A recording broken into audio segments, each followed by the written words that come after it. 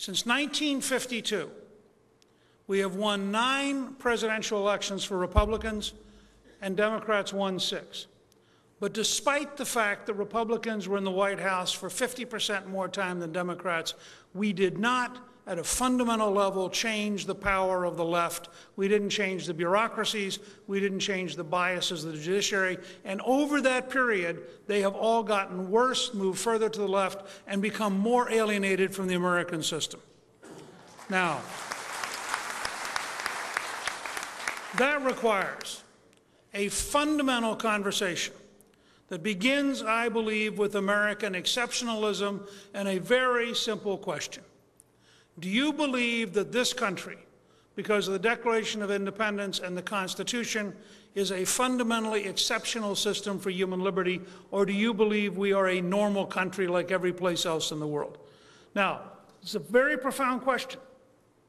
When Clist and I made a movie about Pope John Paul II and the liberation of Poland, and the impact his 9-day trip had in 1979. We called it 9 Days That Changed the World. We discovered that one of the great weapons intellectually that the Poles had was a sign that Solidarity put out, which I have a copy of, the original sign in my office. They printed thousands of these. And it said, "For Poland to remain Poland, 2 + 2 must always equal 4. And this may not seem like much to you, but this may be the most important political governmental slogan of the next 25 years, because it comes down to the question of truth.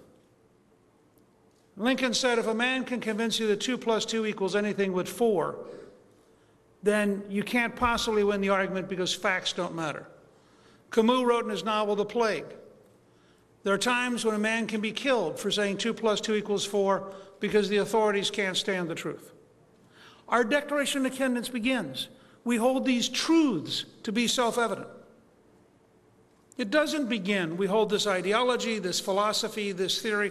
We hold these truths. So what are the truths? That we are endowed by our Creator with certain inalienable rights.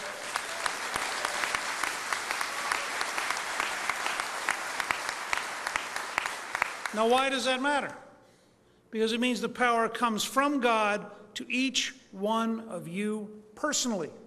You are personally sovereign. You loan power to the government does not loan power to you. And that is the fundamental division between most Americans and the secular socialist people around Obama, and the degree to which they do not understand America, cannot possibly represent America, and cannot lead us to a successful future.